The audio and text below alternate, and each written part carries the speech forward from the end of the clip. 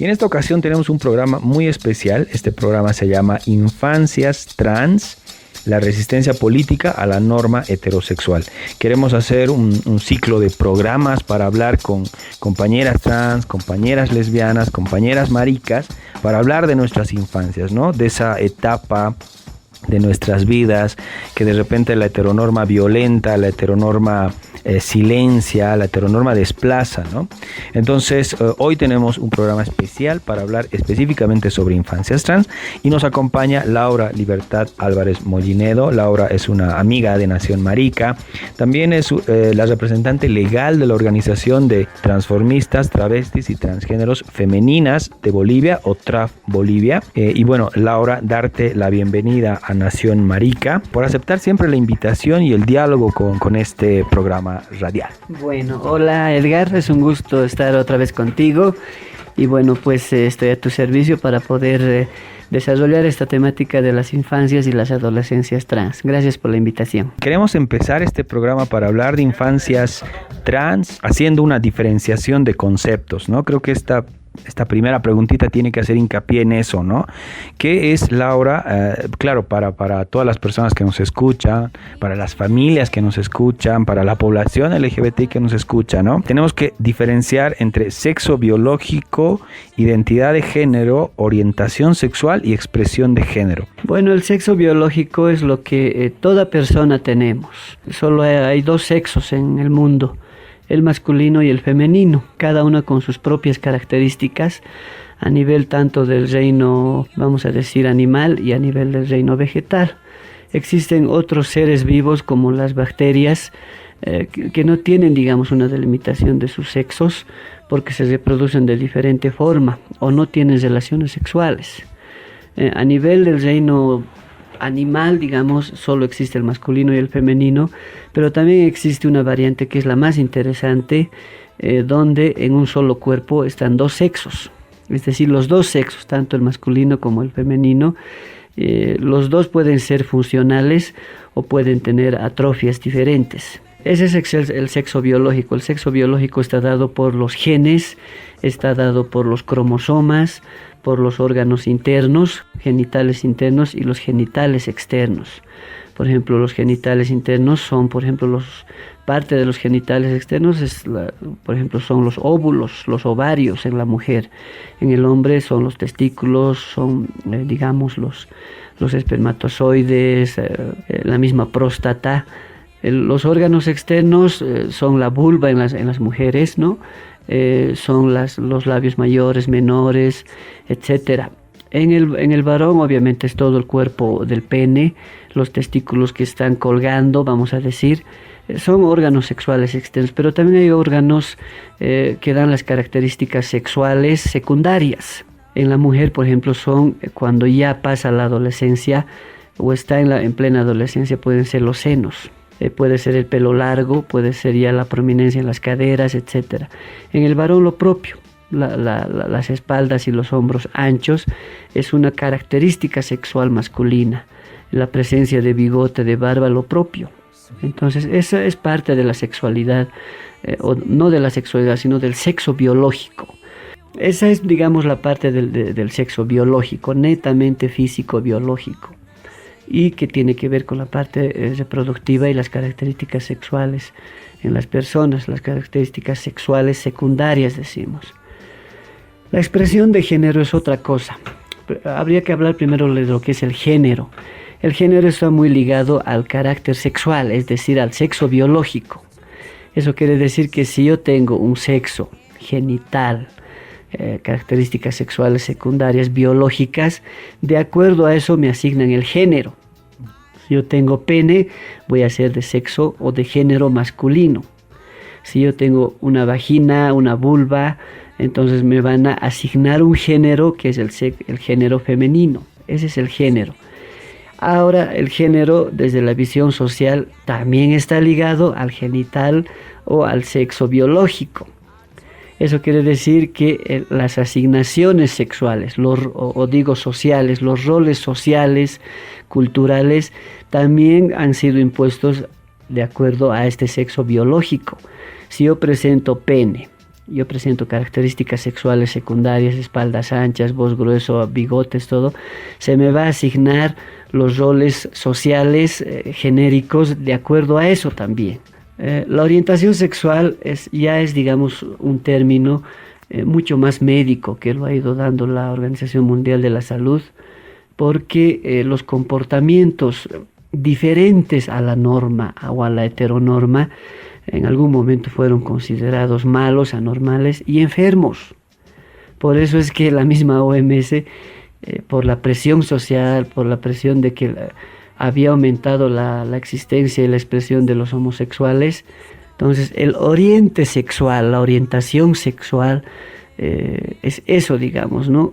Dentro de la heteronorma es solo hombre y mujer, pero resulta que había habido hombre-hombre y mujer-mujer.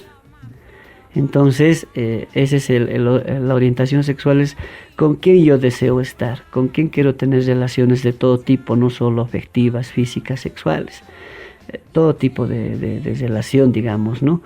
Es más o menos por ahí va la delimitación de lo que es la orientación sexual. El género ya lo habíamos un poco definido y ahora está la expresión de género. La expresión de género es de acuerdo a esta misma asignación social, en base al sexo biológico. Sin embargo, se rompe eso con la existencia de personas trans. Es decir, yo no hago caso, no obedezco a aquella imposición social de cómo me tengo que comportar frente a lo normal. Y cambio, desobedezco, no hago caso. Por eso es que siendo hombre, teniendo características sexuales secundarias masculinas, teniendo genitales masculinos biológicos, me comporto como mujer, me visto como mujer, trato de actuar como mujer y voy más allá, digo que soy mujer. Entonces ahí la identidad de género es donde se impone, pero no como tal, sino le damos un nombre especial, que la misma OMS se ha ocupado de eso. Transgénero, transsexual. Entonces, tiene un carácter todavía de enfermedad mental, tiene un carácter todavía de trastorno mental frente al comportamiento normal. Ahora, Laura, frente a este panorama de imposición del género, ¿no? Porque la heteronorma está... viene, digamos, como que impuesta también social y culturalmente, de reglas, de normas, ¿no? que hacen y construyen el género, la orientación sexual, las expresiones de género. Las niñas y los niños trans vienen a desestabilizar este sistema, ¿no? Esta norma, este orden, digamos, ¿no? Y ahí, claro, las niñas y los niños trans, ¿no? Se enfrentan a violencia, ¿no? Violencia que se genera desde esta norma contra el cuerpo, contra la subjetividad, ¿no? En la familia, en la escuela, etcétera, ¿no? Tal vez desde tu experiencia, Laura, desde tu vida misma, ¿no? ¿A qué edad un niño o una niña trans o un niñe trans puede expresar su género? A ver, es bien complicada la pregunta porque depende mucho de la época. Yo vengo de una época de los 60, de los 70, donde la imposición de un sistema de educación, de un sistema familiar y estructura patriarcal resultó ser más fuerte y la cuestiona de una forma artística, de una forma subjetiva. De ahí es que viene, ¿no? Digamos, amor y paz, las flores, los alimentos probióticos, ecológicos, la música rock, la música balada, que denota un subjetivismo que cuestiona todo este sistema, esta estructura, que en ese momento nadie la conocía como patriarcal, pero era sumamente patriarcal. Yo vengo de esa época, de los 60, 70. En mi caso, por ejemplo, ha sido muy difícil, por eso es que cuando nos preguntan a las personas transexuales, a los gays, a las lesbianas, ¿desde qué edad te has dado cuenta? Es muy complejo que te pregunten eso. ¿Por qué? Porque no es que te das cuenta. Tú como niño, niña, como adolescente, no sabes qué es transexual, no sabes qué es homosexual, no sabes qué es eusa y demás. No hay esos términos. Simplemente es que no te han hablado de eso. Y hay miedo. Entonces llega a tus oídos esas otras expresiones y como nadie te informa, y no hay dónde acceder a la información.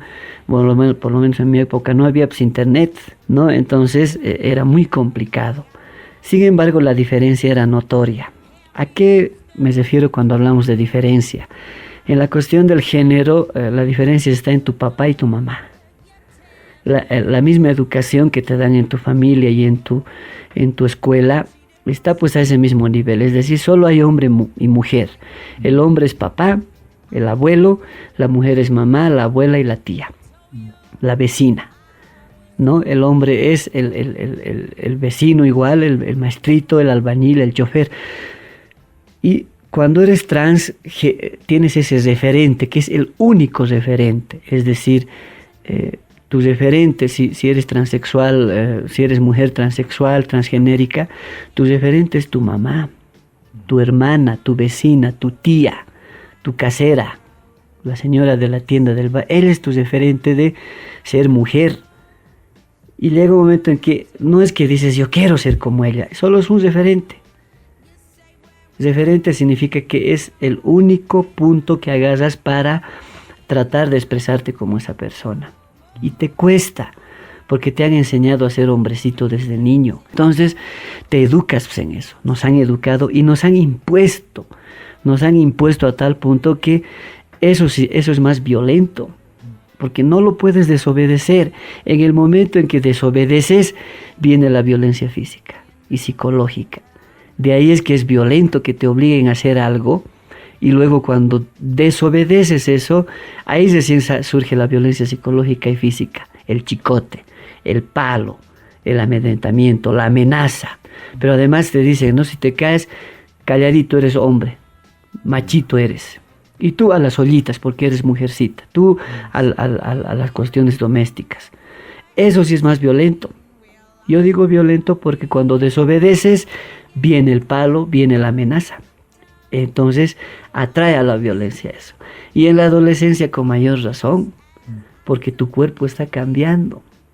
Te están comenzando a salir bigotes. A la mujer le están comenzando a crecer las caderas, el pelo y los senos. Y si se dice que es del otro sexo, es decir, o del otro género, es pues todo un choque, toda una atracción de violencia, porque la familia primero o se calla, no quiere tocar el tema, o te amenaza y te obliga. Y si sigues desobediendo, sigues contra toda esta norma, pues te botan. O tienes que salirte del hogar, y eso es súper violento. Laura, claro, has tocado uno de los elementos importantes que disciplinan la sexualidad y el género de las personas, ¿no? O sea, esta institución que es la familia. Pero otra de las instituciones que también disciplinan, que también regulan y norman es la escuela, ¿no? Entonces, ¿cómo la escuela, Laura, genera ese tipo de violencia contra la niña trans o el niño trans? O estos niños y niñas o niñes que de repente expresan su género y que de algún modo interpela a la heteronorma, ¿no? O sea, claro, en ese momento de la infancia el niño o la niña trans no están pensando en términos de transexual o transgénero, ¿no? Solo están expresando su género, ¿no? Pero eso está, o sea, mal visto, está sancionado y violentado, por supuesto, por esta institución disciplinaria que es la escuela también. Bueno, desde la escuela, que va de la mano con la iglesia, aunque la escuelita no sea católica o evangélica, sigue yendo de mano de un tipo de educación fundamentalista. Desde la didáctica de la polarización, de la diferenciación, nos han educado a que solo hay dos cuestiones de comparación, dos polos de comparación. Y está eso en tus cuadernos desde kinder, para una cuestión alta y una cuestión pequeña. Para el blanco está el negro, para la luz la oscuridad, para el hombre la mujer, para papá mamá, para hermano hermana, para pene vagina. Pero no solo eso, toda esta cuestión didáctica la han vuelto funcional. Es decir, papá y mamá solamente funcionan para la cuestión reproductiva y afectiva. Es decir, el pene y la vagina. Tiene un carácter netamente esencialista y biologicista. Entonces, como nos han enseñado desde esa visión, nadie ha cuestionado, porque realmente es prueba efectiva de la didáctica, es decir, ha dado resultado, sigue dando resultado. El problema está en cómo le das el carácter de superposición y de negación ante otra cuestión. Es decir, el hombre es el que tiene el carácter de superioridad ante la mujer. Ese es el gran problema. El hombre es el que, aparte de proveer, aparte de ser inteligente, frío, se impone e inferioriza a la sensibilización, a todo lo que se parezca a la mujer, desde el momento en que es mujer y a lo que se parezca a ser mujer. ¿Qué se parece a ser mujer? El homosexual. La lesbiana misma ya es mujer.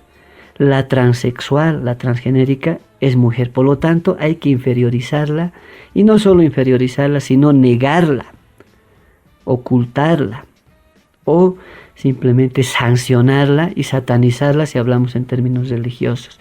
Entonces, la didáctica ha logrado realmente tener un éxito desde la enseñanza. Eso nos enseñan en la escuela. Le hemos dado un carácter netamente conductual a la enseñanza. Vygotsky nos dice eso. El aprendizaje es en escalada, vas aprendiendo. Y esa escalada, ese aprendizaje de grada en grada, es que solo hay hombre y mujer. Estás escuchando Nación Marica por la 97.0 FM en esta fiesta marica, en esta fiesta maraca, y hoy estamos hablando de las infancias trans, la resistencia política a la norma heterosexual. Nos encontramos con Laura Libertad Álvarez Mollinedo, es una compañera amiga de Nación Marica y es representante legal de la Organización de Travestis, Transformistas y Transgéneros Femeninas de Bolivia, o TRAF Bolivia. Laura, para esta segunda parte del programa y ya habiendo analizado un poco la norma heterosexual en la familia, en la escuela, que son dos instituciones de disciplinamiento y de regulación de la sexualidad bajo el parámetro binario, ¿no?, de hombre y mujer.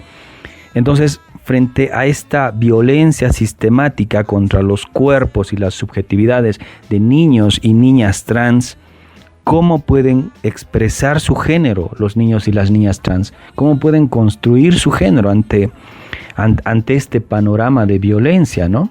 Bueno, pienso que lo hemos estado haciendo, pero es un género impuesto, es un género normal. Por eso es que en algún momento yo misma decía, yo soy mujer, y mi único referente era mi tía, era mi vecina, mi prima. Yo soy mujer como ella. Pero también tenía que ser la mujer como se comportaba ella. Cocinera, hacendosa, obediente, femenina, bonita, ¿no? Sigue siendo un género impuesto. Entonces, ¿cómo yo puedo permitir que mi niño, mi niña, mi adolescente siga siendo impuesta? Si tiene un sexo masculino y le quiero aceptar que es trans, pero la voy a seguir normando, la voy a seguir imponiendo. Y eso hacen desde los medios de comunicación, desde las instituciones de poder, como la familia, la iglesia y la escuela. Ah, eres mujer, entonces comportate como mujercita, vestite como mujer, peinate como mujer, comportate a esa altura, no grites mucho, habla bajito, obedece, camina delicadamente. Entonces, ¿de qué sirve tanta lucha para seguir normando? No puedo, pues estoy siendo más violenta como mamá o más violento como papá o familia al querer imponer doblemente ese carácter genérico a mi hijo o a mi hija trans. No sirve de nada esa lucha. La cuestión está en querer revolucionar y cambiar todo aquello. ¿Te das cuenta? Entonces, en los planos políticos, culturales, aprenderé también a desarrollar mi propia expresión. Y a los adolescentes, pues hay que meterles esta idea. No volverlo normal, ¿no es cierto? Entonces, y eso le va a costar, pues, a una familia, a un papá y mamá normales. Le va a costar, no va a poder hallar las herramientas para volverlo revolucionario a ese hijo o a esa hija, para que siga desobedeciendo. No lo hago bajo el justificativo de que va a sufrir, de que va a vivir en miedo, de que va a vivir rechazado. Entonces, ¿quiénes están promoviendo ese comportamiento? Somos la misma familia, la misma escuela. Entonces, de ahí es que tenemos que comenzar a entender las sexualidades y los géneros de diferente forma. No para meternos al mismo plano normal, heteronormativo, heteropatriarcal, sino reconocer nomás que somos diferentes. ¿Te das cuenta? Entonces, a nuestros adolescentes y a nuestros niños tenemos que educarlos en ese mismo plano del ser diferente. Generar nuevas didácticas, nuevas formas de aprendizaje, nuevas formas de retención de memoria, nuevas formas de generar memoria histórica en nuestra gente, en nuestros adolescentes. ¿Te das cuenta? Entonces, eso sí va a costar mucho porque tenemos que volver a reinventar didácticas, tenemos que volver a reinventar pedagogías. Y ahí sí la escuela no está ni ahorita ni en el nivel sub-cero. Seguimos siendo normativizadores, seguimos viendo al niño y a la niña y al adolescente como objetos de solamente formación para un sistema. Simplemente estamos racializados, por eso esta cuestión de lucha de clase, estamos clasificados, ¿no? No hay la cuestión de la diferenciación sexual, porque no le conviene, ¿no?, al sistema. Ahora, ahí Laura, por ejemplo, en la familia y también en la escuela, ¿no? ¿Qué deberíamos hacer? O sea, es bien complicado plantearnos esto, ¿no? Porque, claro, no lo vamos a resolver en este programa. ¿Qué deberíamos hacer, ¿no? Por ejemplo, que la currícula educativa incluya, digamos, educación sexual, que ya sería un gran paso porque ahorita no tenemos educación sexual, y que además incluya orientación sexual, identidad de género, ¿no? Educar desde ese lugar, ¿no? Y también en la familia, ¿no? Porque las familias hoy no están aperturadas o no existe, digamos, la voluntad para poder abrazar a niños y niñas trans. Al contrario, hay un disciplinamiento con violencia bajo la heteronorma, ¿no? Pero ¿qué deberíamos hacer en estos dos espacios, no? A ver, ahorita hay una norma, bueno, que ni siquiera es norma, está todavía como un proyecto, que son la Ley de Derechos Sexuales y Derechos Reproductivos. Pero está tan junto que toda esta heteronormativización, toda esta cuestión de la estructura patriarcal, solamente lo ve como derechos sexuales para promover derechos reproductivos. Yo no puedo tener derechos sexuales en tanto no promueva un derecho reproductivo. Eso quiere decir que si yo me voy a comportar sexualmente, tiene que ser solo para un orden reproductivo. Y reproductivo no solo de seres vivos, sino de todo el sistema que conlleva esto, ¿no es cierto? Mano de obra barata, gente bonita, gente modelo, etcétera, etcétera. Pero si yo quiero tener un comportamiento sexual, actitudes sexuales no reproductivas, eso ya incomoda a la sociedad. Es decir, un gay no tiene actitudes sexuales reproductivas. Biológicamente, pero socialmente sí. De ahí que la incomodidad de los heterosexuales dice, pero si estos no se reproducen, ¿por qué sigue habiendo más? Porque es una cuestión social, pues, no es una cuestión biológica. Es decir, el gay no nace, se hace, igual que el transexual, que la lesbiana, el bisexual. Ellos mismos dicen, ¿no es cierto? La heteronorma dice, si no se reproducen, ¿por qué cada vez hay más? Porque no nacemos, como cualquier gente nacemos, pero como gays, como homosexuales, lesbianas y trans, nos hacemos, nos formamos, nos construimos. Nos hemos atrevido hasta darle un valor arquitectónico, le hemos dado un valor de diseño, y eso es lo exquisito, eso es lo subjetivo de nuestro ser sexual, homosexual, gay, lésbico y trans, porque construimos nosotras mismas esa identidad y esa orientación sexual, genérica también. No es que el antiguo dicho que dice, nacemos homosexual. ¿Quién nace homosexual? ¿Quién nace heterosexual? Entonces te haces, pues, te construyes. Y digo te porque realmente tú eres la que te haces o tú te haces. No es que te vuelves homosexual. ¿De qué referente voy a tomar para ser homosexual? Simplemente te construyes, te reconoces y aceptas aquello. Por eso es exquisito de decir, es una construcción social. Y ahí vienen los ingenieros civiles, los arquitectos, los de diseño de interior, los artistas. Perdón, te estás metiendo a un plano de estética. ¿Y por qué no? Mi sexualidad puede ser tan estética como como el cochino heterosexual. Yo soy mucho más estético y estética, siendo gay, trans y lesbiana. Por eso es que me atrevo a decir que soy constructo social. Entonces, la formación de las familias, de las iglesias, no entra pues en este clásico. No entra porque estamos educando y formando a nuestra gente, niña, niño, joven, adolescente, solamente en ese plano, ¿no? Entonces hay que cambiar, tenemos que cambiar todo esto y, como dije anteriormente, generando nuevas formas de aprendizaje, nuevas formas de enseñanza, nuevas formas de hacer currícula, de hacer didáctica, para que aquello se vaya aprendiendo. Conductualmente no importa, puede ser desde la visión del hacer, por ejemplo, ¿no?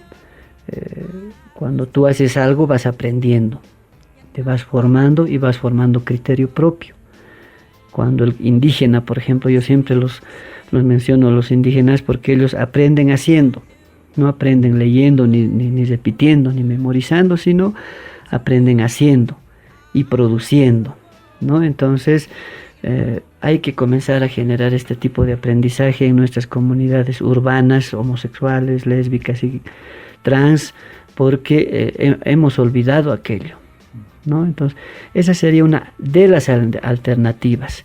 Y ser un poco más comunes, no en el sentido de nivel social, común en el sentido de que tenemos que comenzar a interactuar entre todos, entre comunidades, entre grupos sociales, pero no diferenciados, ¿no? Por ejemplo, ¿por qué solo voy a educar a gays de la clase alta? No, sino a comunidades. Una comunidad puede haber de clase alta, media, baja, o simplemente que no haya clases. Entonces puedo educar a ese nivel, pero comunitario. Común viene de comunitario. Es decir, lo que te pase a ti, me pasa a mí y influye a toda mi comunidad. Pero en nuestras comunidades urbanas no hacemos eso. Solo yo soy la protagónica, solo yo quiero aparecer en la tele, solo yo quiero escribir mi librito, solo yo quiero hacer mi película, solo yo quiero hacer mi performance artístico. Pero ¿y qué del resto? ¿Qué de la otra, que es parte de mi comunidad también, de la misma comunidad sexual, genérica, trans? No pienso en ellos ni en ellas, es decir, no tengo una acción comunal. Y una de las alternativas educativas para nuestros jóvenes y adolescentes tiene que ser una didáctica comunitaria. Ahí sí no nos van a separar, pues. Pero como nos toman por partecitas, colectivo aquí, cualibol allá, redelebol allá, los anarquistas por allá, cada uno somos maleables y manejables, manipulables a nivel político. Entonces no nos dejan coaccionarnos y no nos dejan desarrollar menos políticas educativas, menos políticas jurídicas en los otros planos. Cada uno somos protagonistas solitos, individualmente. Y el sistema capitalista te dice eso. Individualmente nomás hay que manejarlos estos. Porque si promovemos la cuestión comunitaria, comunal, va a ser difícil. Y ahí está, ahorita están rompiendo eso, ¿no es cierto? Entonces, en el plano de las sexualidades también debería ser lo mismo. No estoy hablando de hacer orgías. Estoy hablando de hacer orgías intelectuales, orgías artísticas, orgías políticas, orgías. El plano, la palabra orgía viene de orgasmo, ¿no ve? Donde todos vamos a sentir placer, no solo orgásmico, sino placer político, placer cultural y placer de revolución, pero toditos. Ya para ir cerrando, Laura, en mayo del 2016 en Bolivia se promulga y se aprueba, claro, la ley 807, la ley de identidad de género. Es una ley que permite a las compañeras y los compañeros trans cambiar el dato del nombre, del sexo y del género en los documentos de identidad, además de la imagen. Pero es una ley que está dirigida a personas mayores de 18 años, ¿no? Es un tema pendiente todavía el tema de las infancias trans en esa medida respecto de la ley 807, las adolescencias trans también. A ver, la última sentencia nos ha quitado 4 derechos bien fundamentales, ¿no? El año 2017, esta sentencia no nos permite que nos casemos, no nos permite adoptar, ahí sí se mete con las adolescencias y las niñeces, no nos permite el ejercicio de paridad, política. Y cuarta, el ejercicio de confidencialidad. Cuando hablamos de no casarnos y no adoptar, ahí estamos hablando de niños y niñas, ¿no es cierto? Porque en el momento en que yo me voy a casar, voy a querer adoptar, ya que biológicamente no lo voy a poder hacer, pero socialmente lo puedo hacer y adopto. Pero eso me ha coartado, ¿te das cuenta? Cuando hemos elaborado la ley, era netamente de plano del reconocimiento de la identidad trans, de las identidades trans, que en este caso solo es transexuales y transgéneros. No nos hemos querido meter al plano de la edad, es decir, de las niñeces y de las adolescencias. Hay que tomar en cuenta que uno de los obstáculos es el Código Niño-Niña Adolescente. La ley 548, que vela por el interés superior del niño, la niña y el adolescente. Pero ¿cuál es ese interés superior? Ese interés superior es el de proteger la heteronorma del niño, niña, adolescente. Es todo lo que habíamos hablado, de velar por su seguridad y desarrollo normal. Normal, pues es eso. Que sea solo hombre, heterosexual, mujer, etcétera, etcétera. No lo otro. Sin embargo, la misma Constitución Política del Estado te da lugar también a que no puedes discriminar al otro. Pero ahí está, ya nos han discriminado. ¿No es cierto? No puedes discriminar por orientación sexual e identidad de género, y eso, como es un cimiento constitucional, tiene que estar en todas las leyes, en el Código Civil, tiene que estar en el Código Niño, Niña, Adolescente, etcétera. Está en el mismo Código Niño, Niña, Adolescente dice que no puedes discriminar a un niño por su orientación sexual ni su identidad de género.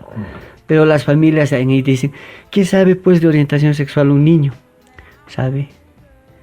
Desde el momento en que el niño y la niña se tocan sus genitales, exploran sus genitales, ven a papá y mamá coger, a ser niños, ven a papá y mamá vestirse, protestar, pelear, ya están ejerciendo su sexualidad. Placer sexual incluso, tienen placer sexual. No estoy hablando de erecciones ni orgasmos, estoy hablando de otro tipo de placer sexual a nivel de niños y niñas y de adolescentes. Solo que pensamos que placer sexual solo es para los mayores de 18 años, no pues. 10 años, 8 años, 9 años, 11 años, ya los niños y las niñas y las adolescentes tienen placer sexual, ya sea por exploración, por reconocimiento de sus cuerpos y porque ya hay pues esa generación. Las hormonas no dejan de funcionar, ¿no es cierto? Desde que naces. Hay hormonas que promueven tu crecimiento, hormonas que promueven tu bigote, tus tetas, hormonas que promueven tu agresividad, tu sumisión. Por lo tanto, tu plano sexual también está metido. Eso es lo que nadie quiere verlo, pues ni psicólogos, ni psicólogas, ni papá, ni mamá. Entonces, en ese plano, la ley de identidad de género no hemos querido tocar ese tema. Por eso es que lo hemos puesto solo para mayores de 18 años. Porque ahí es donde vinieron, ¿no? Los de la Defensoría de la Niñez, viene la Defensoría de la Mujer, el mismo Ministerio de Salud a través de los sedes nos cuestionaron. No, que esto va a ser un lío, e iba a tardar la ley. Si solo con esas 4 referentes de la ley de identidad de género tardó, porque la cuestión fundamental en ese entonces, las 2 ministras cortaron. Imagínense si iba a incluir niños, niñas más. Imagínense si iba a incluir operaciones de cambio de sexo genital, hormonizaciones. Olvídate, entonces iba a tardar mucho más, con el riesgo de que no salga la ley. Salió el reconocimiento a las identidades, eso sí, a través del cambio de dato de sexo, de nombre y de imagen, nada más. Pero actualmente estamos con 0 derechos, desde esos 4 derechos fundamentales, ¿no? Entonces, cuando hablo de niño, niña, adolescente, la ley de identidad de género no hemos contemplado esto. Una vez que sale la sentencia, para que se regularice y para recuperar todos estos derechos, podemos hacer una enmienda a la misma ley desde el órgano legislativo, es decir, con los diputados y senadores diputadas y senadoras, tratar de hacer una enmienda que incluya ya a los niños y a las niñas y a los adolescentes el reconocimiento ya de su identidad de género. Y eso sería muy interesante, pero también tiene que ir de la par de lo que son las uniones de la conformación de familias homoparentales y genéricas diferentemente. O sea, yo no me puedo reconocer como transexual y transgenérica yo solo para mí. También tengo que tener la certeza y la seguridad de que esto está ligado a una sexualidad, a una orientación sexual, a una familia homoparental. Y está pues ligado, lamentablemente está ligado por cuestión de transición, por una cuestión política, por una cuestión de alianza, está muy ligado. Por eso es que en la Argentina primero se aprueba la ley de unión civil y luego recién la ley de identidad de género. Porque se logra cimentar desde las sexualidades lo que pasa con los géneros. Claro. Es obvio, ¿no es cierto? Si voy a hablar de género, la misma ley dice, primero hablo de sexualidad.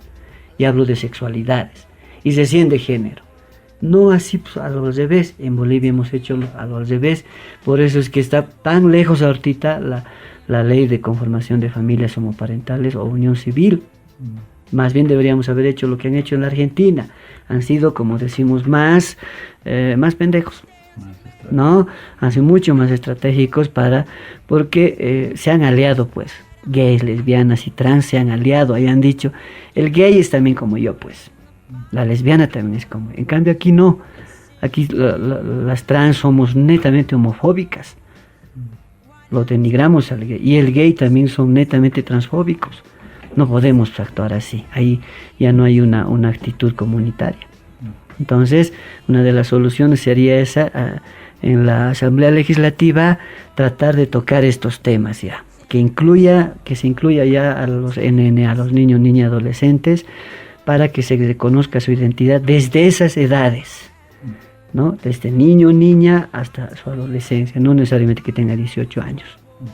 Es una lucha pendiente todavía, Laura, y peor en este contexto, pero queremos darte las gracias por aceptar este diálogo con Nación Marica, por hablar o por inaugurar esta serie de programas sobre infancias trans, sobre infancias maricas, sobre infancias lesbianas también más adelante. Así que gracias, Laura, por estar en Nación Marica.